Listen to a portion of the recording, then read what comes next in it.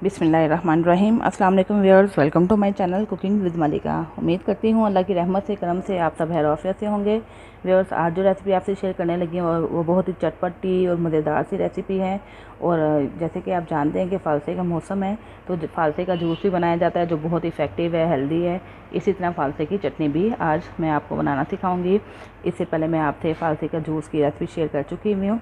तो व्यूअर्स, उससे पहले आपसे रिक्वेस्ट है कि मेरे चैनल को लाइक किया करें, शेयर किया करें, और अगर आपने मेरे चैनल को सब्सक्राइब नहीं किया तो काइंडली चैनल को सब्सक्राइब करके बेल आइकन प्रेस करें ताकि आपको मेरी नई नई वीडियो की नोटिफिकेशन मिल सके।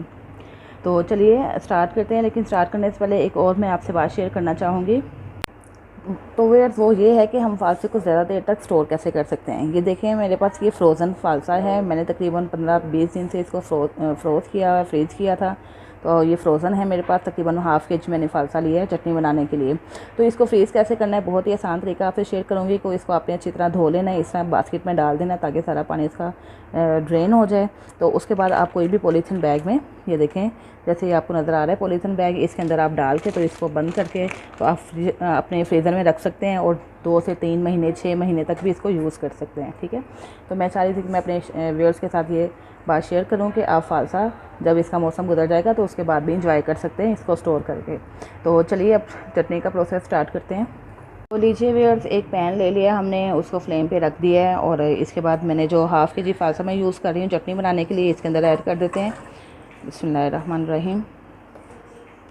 और साथ ही इसके अंदर 2 कप पानी ऐड करना है। ठीक है, बिस्मिल्लाहिर्रहमानिर्रहीम। और इसको हमने बॉयल आने देना है और बॉयल आने के बाद तकरीबन 5 मिनट्स के लिए हमने इसको कुक कर लेना है। ठीक है, तो 5 मिनट के बाद फिर मैं आपको नेक्स्ट स्टेप बताती हूँ। मीडियम अगर आप करीब हैं तो फ्लेम हाई कर लें, और अगर आप दूर खड़े हैं तो मीडियम फ्लेम पे इसको 5 मिनट के लिए कुक कर लें। ठीक है, तो लीजिए व्यूअर्स, 5 मिनट्स हो चुके हैं। अब हम इसको एक साइड पे कर देते हैं ताकि ठंडा हो जाए। फ्लेम से हम उतार देते हैं पैन को। ये देखें अच्छे से कुक हो चुके हैं बिल्कुल। ये अच्छे से 5 मिनट के अंदर ही इसको बॉयल आने के बाद हमने 5 मिनट तक कुक किए। ये देखें कलर इनका अलग हो चुका है, पानी के अंदर चला गया है और ये थोड़े थोड़े से लाइट कलर में आ गए। तो अब इसके बाद हमने फ्लेम बंद कर देना है और पैन को एक साइड पर रख देते हैं ठंडा होने के लिए। तो व्यूअर्स, इसको हमने ठंडा कर लिया है, काफ़ी हद तक ठंडे हो चुके हैं फ़ालसे जिनको हमने बॉईल कर लिया था। अब हम इसको ब्लेंडर जार में डाल के ब्लेंड कर लेते हैं। बिस्मिल्लाहिर्रहमानिर्रहीम। सारे इसके अंदर डाल के इसको ब्लेंड कर लेते हैं। ये देखें ब्लेंड कर लिया हमने फ़ालसे। अब हम इसका पल्प निकालते हैं। पल्प इसका सेपरेट कर लेते हैं, छलनी के साथ इसको छान लेते हैं और इसके बीज अलग कर लेते हैं। बिस्मिल्लाहिर्रहमानिर्रहीम। ये देखें,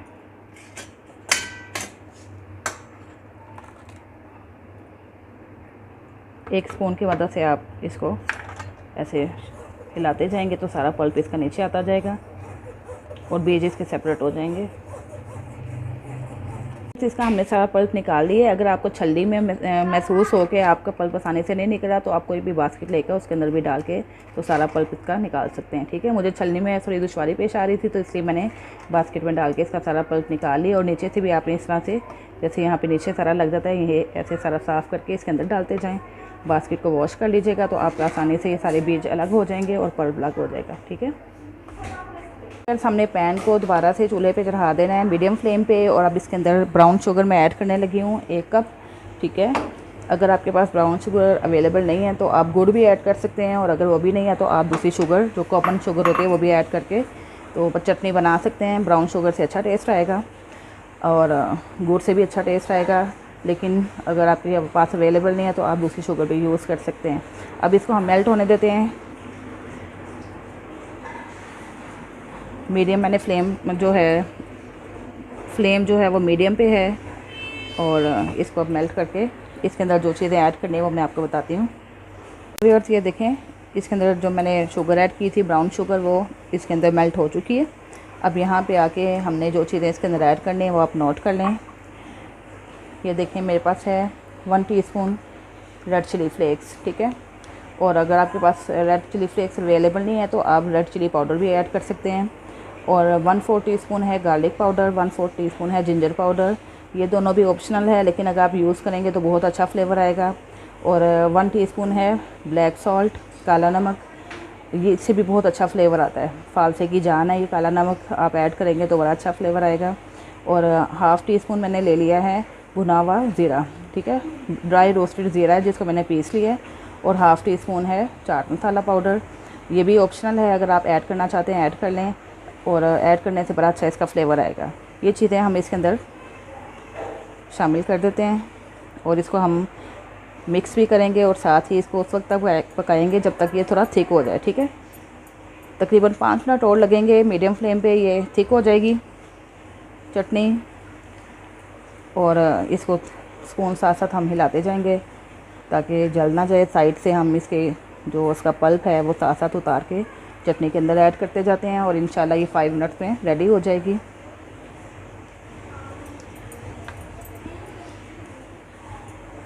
देखें व्यूअर्स कितनी जल्दी और बहुत ही क्विक और बड़ी मज़ेदार सी चटनी रेडी हो रही है। अब खुशबू भी बहुत कमाल की आना शुरू हो गई है। आप ये ज़रूर ट्राई कीजिएगा चटनी और मुझे फ़ीडबैक दीजिएगा कि आपको मेरी रेसिपी कैसी लगी। 5 मिनट के बाद मैं आपको इसकी लुक दिखाऊंगी। 5 मिनट तक हम इसको कुक कर लेते हैं।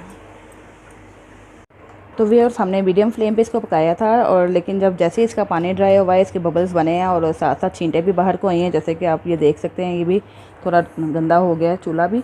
तो आपने इस बात पे इस जगह पे आके ख्याल करना है, अगर ये बबल्स उठना शुरू हो जाएं, जंपिंग करना शुरू कर दें और बाहर आना शुरू हो जाए तो आप फ्लेम यहाँ पे बिल्कुल लो कर दें ताकि आप किसी के नुकसान से बच सकें।